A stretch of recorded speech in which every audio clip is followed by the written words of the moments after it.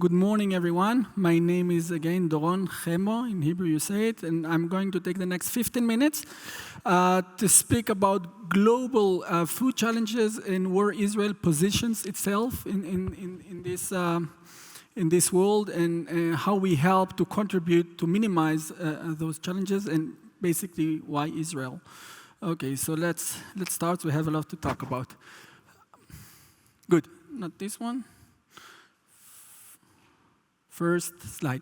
Thank you. So in 2020, a company called Yo have invented something that looks like an egg, tastes like an egg, feels like an egg, but actually it's not an egg. It's a based plant product. And they are already selling it in restaurants in Israel in a chain called Benedict, of course famous for its Benedict egg. And that was established only 2 years ago. They have intent to go into Israel and to expand their Israeli market, and to go also to Europe, to the UK. First, I think innovation, a product comes from Israel. Second thing I would like to talk about is artificial honey. So artificial honey is in these days is being developed in Israel.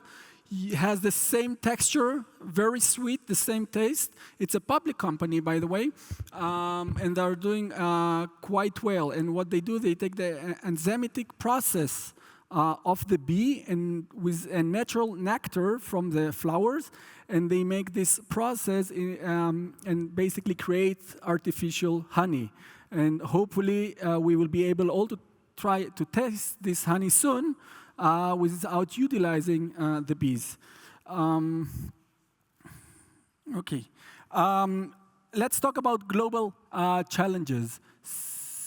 Okay, so global challenges. In 2050, we expect to have 2 more billion people in the world. And that means that we'll have to feed 2 more billion people. And we all know the numbers. We all know that there's the food safety lacking today. 800 million people lacking today food safety. They say that every day 25,000 people die from hunger. And we hear in the news, the UN speaks about that we might go to the next biggest food crisis since the Second World War. And this, I think, is something that we're all facing, and we need to ask ourselves, how can we make it better? Another global challenge, which I find, and it's not spoken enough if you're asking me, it's a centralized market. There are 4 big seed companies ruling the majority of the seed market. Same the ABC, known companies, the food cooperates, are doing the same. The fertilizers dominated by 6 big companies. So basically you can ask me, Doron, what's the problem with, okay, we have some monopolies, maybe the competition is not the best, prices could be a bit high, but what's the problem about that? And I'll tell you what's the problem. The problem is 100 years ago, they were growing only in China 1,000 types of rice. 1,000 types. Today we grow, the whole humankind, only 20 types of rice.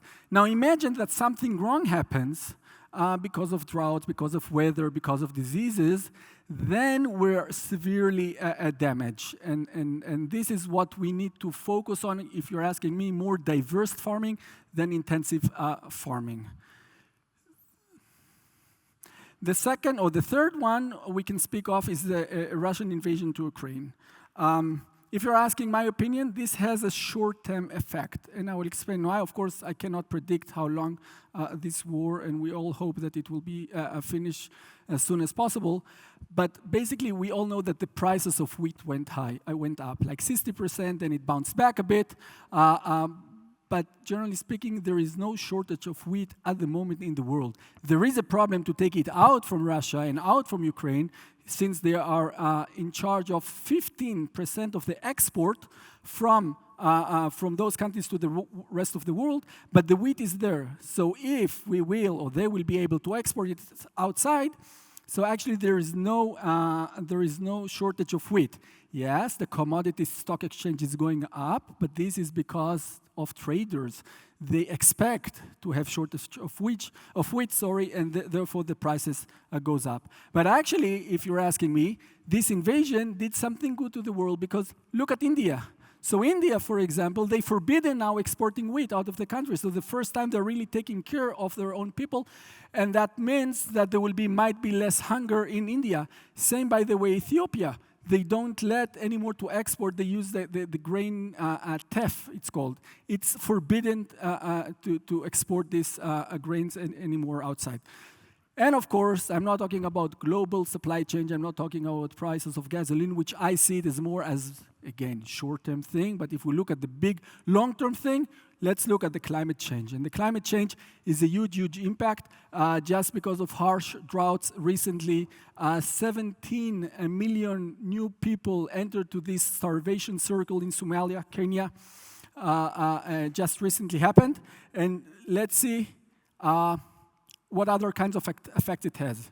So for the intensive farming, we can see all kinds of bad figures. I'm not going to go one by one, but we totally understand that 14% of the gas emission is thanks to intensive farming, thanks to, if you can say so.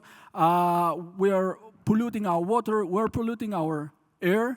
Of course, deforestation, of course, number one reason, and we talked about it before. So, think of alternative protein. I guess you all know the numbers, but still it's very shocking to see it.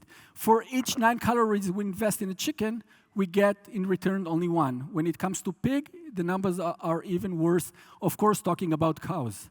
So the conversion rate is very low. And what do we need? We need alternative protein products. And there comes the place, why Israel? Or what's Israel to contribute to this thing? So before I talk why Israel or how Israel is contributing to these challenges, let me first tell you a bit about my country. I can talk like an hour only about one slide, but I'll do it very briefly.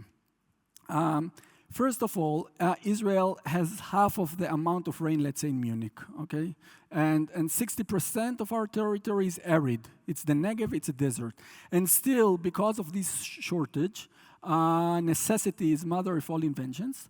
So we are able to, today, desalinate our water, to use drip irrigation systems, and of course to treat our wastewater. 90% of our waste, of our sewage, basically we consume it in fruits and vegetables later on because we know how to treat this water, and then we use it in our, again, in our farming and growing. And I think in this case, Israel is number one. So we have years of experience how to do that.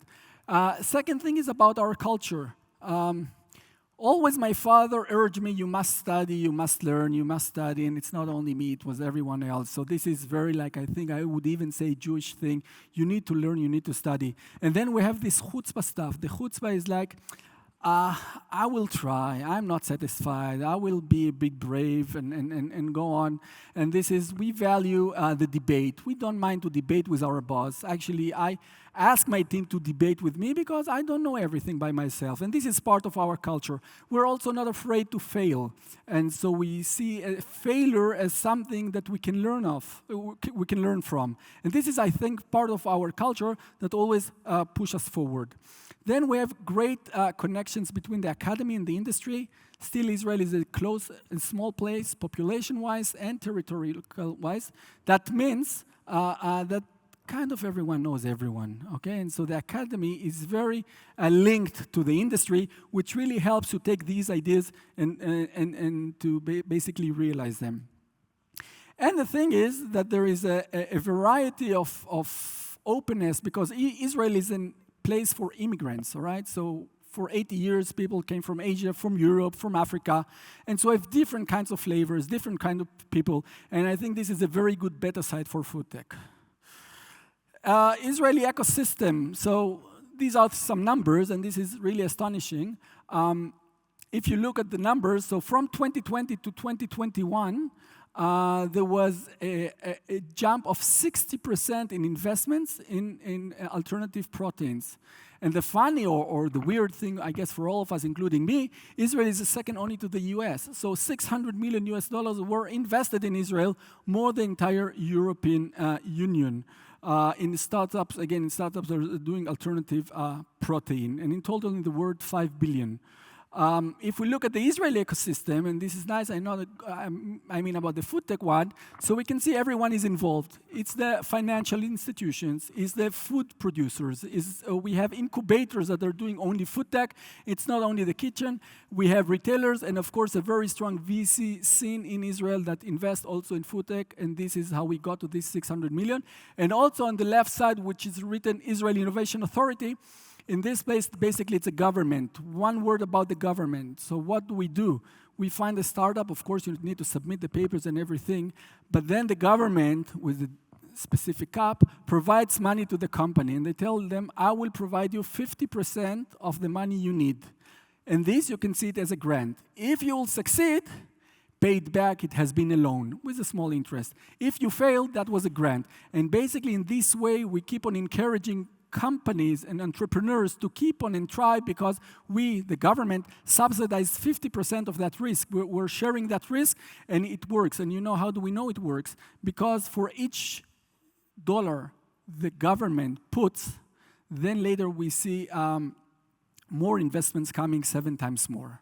And this is how we measure ourselves. We know we invest 1 million this year, and then we see the market keep on investing more and more, and this is how we know it works.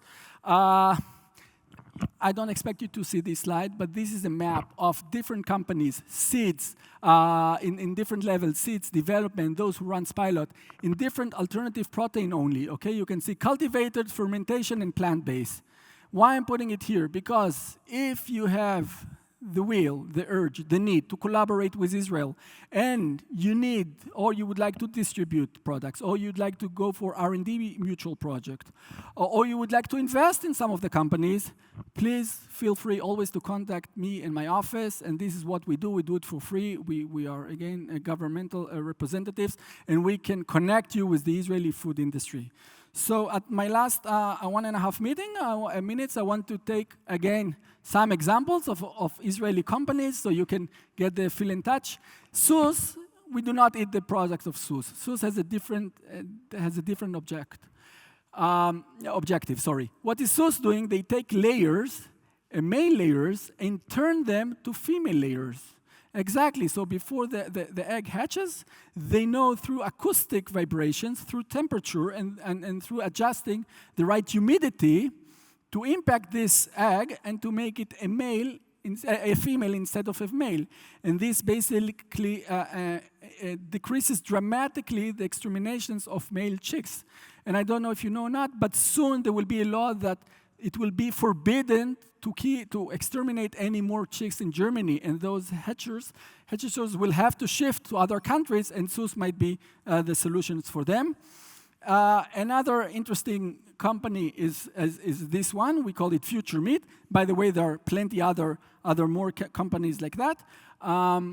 What they do, this is cultivated meat. So I guess we all know about Beyond Meat or Redefined Meat. It's an Israeli company based on plant-based.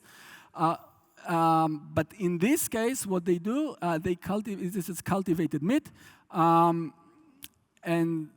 you know it's relatively easy to create a cell, a cultivated cell. But once you need to make the muscle and you need to make the fat, this is a whole process you need to take care of. Like the human body, you need to give the oxygen, you need to give the food, and this Future Meat company already raised $40 million US, just recent round was just this year in 2022. 2 more last companies. Ufix is a company I met already in Anuga Tech before COVID. It's soy-free, it's lactose-free. They work with Baywa.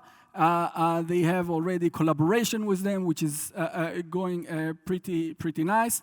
And the last, I think it would be a Remilk, which we'll soon hear from Eran Noach by himself.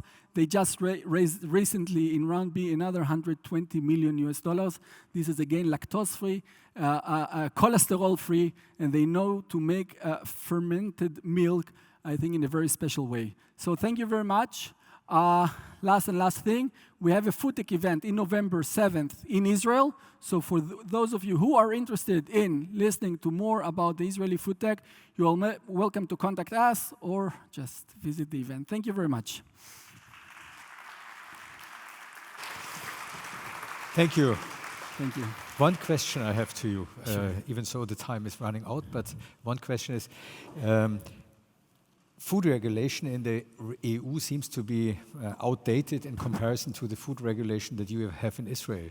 There are many German, European companies that have an affiliation in Tel Aviv. Is this linked to food regulation in EU so that they can work there better and make inventions? Do we have a problem in the EU, and are we exploiting your different regulation system? Good. So, very good question. I'm not an expert for the food regulation in the EU, and being honest, I'll take you to a different kind of story. When Israel decided they want to export cannabis, they thought, okay, let's make our own GMP, let's make our own regulation, and the European will adopt it later on. Of course, it was a huge failure. So I think when it comes to standardization and regulation, it's actually the opposite. It's mainly Israel, look what's going on in the EU, and then we try to mimic, because we believe you're doing better work than us. So EU has a leading function, everybody adheres to it, and we will never have innovation. Okay.